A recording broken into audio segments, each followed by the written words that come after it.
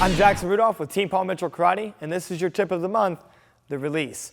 Now, the release is technically classified as any move where the bow leaves your hand, goes up into the air, and is completely separated from your body. Whether you're throwing it vertically, horizontally, from behind your back, catching it behind you, catching it behind your head, any of those variations are technically considered a release. But for our basic terms, we're going to consider the release technique, just one individual move, just going from behind the back, throwing the bow up, letting it rotate, and then catching it.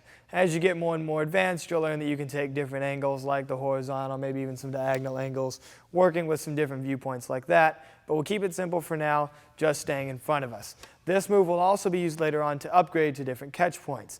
You may want to experiment with catching behind the back, being able to turn through catch after a full spin, etc., etc. Trying to level up, always changing the game, always trying to be as creative as you can with your upgrades. So for the release technique itself, we're going to start off the same way that our butterfly spin from last month started.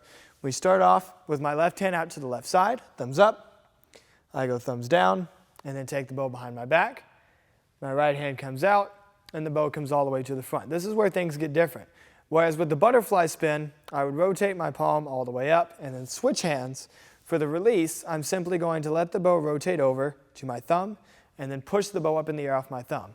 So watch this closely. I go from this position, I rotate all the way over to my thumb, push, the bow will rotate, and then I will catch. Now, does anybody know who the first person to ever do a release in open competition was? No? I didn't think so. Anyway, the first person to ever do it was Casey Marks. She did a hand roll going one direction, then switched her direction, released back this way, and did the catch here. If you've ever seen this position, that's part of the reason why this position is so common, because Casey made it famous when she did that first release. Had to put a little plug to Casey there because she's actually my instructor, Lauren Carney. That was her instructor. So it's part of a lineage here that you are now starting to join. Yay. All right, never mind. So anyway, so what people did was they went from this release and they started trying to find ways to upgrade it, make it better. So they said, okay, if we hand roll the same direction, we should be able to get more speed, more velocity, more momentum, which makes sense. But the problem with that is when you do a hand roll, you lose all of that torque and you're throwing the bow with whatever's left, just the momentum. You can use the torque of your arm and the continued momentum.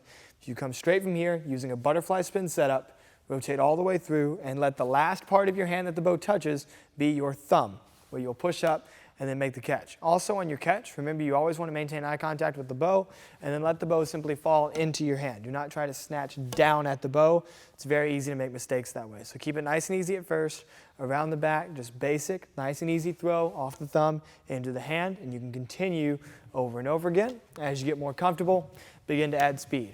I'm Jackson Rudolph, and that's the release, your tip of the month.